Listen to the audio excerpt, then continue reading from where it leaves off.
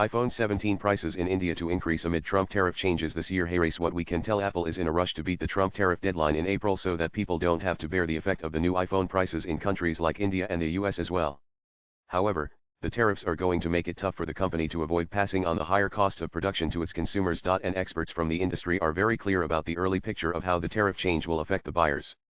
So, if you have been waiting for some news regarding the possible iPhone price hikes in India, we have some good and some worrying news this week. The tariff effect. Industry experts have said that Apple is likely to delay the iPhone price hikes to later this year. Why is that? The company, they say, has managed to source enough iPhone inventory at its disposal that were shipped when the tariffs were low. This means if you plan to buy the iPhone 16 or the 16 Pro models this year, now would be a good time. But what happens later once the tariffs come into effect? How much smartphone prices need to increase depends on where a given device is made. For example, India tariffs are at 26%, but Brazil is only 10%, lowest amongst the key iPhone manufacturing centers.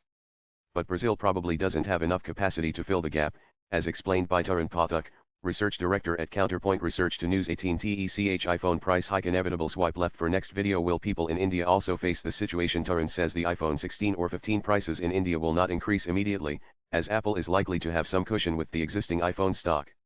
However, the iPhone 17 launch this year could see a big impact because of the tariffs, and he suggests a price increase of around 30% on average, which means people might have to pay around 30,000 rupees more compared to the existing iPhone price range in the country. The WSJ reported earlier this week that people are making a dash to buy the iPhones, which they might have delayed in anticipation for the iPhone 17 launch in September this year. But Trump has made them change their plans and settle for the existing iPhones now. Latest blogs.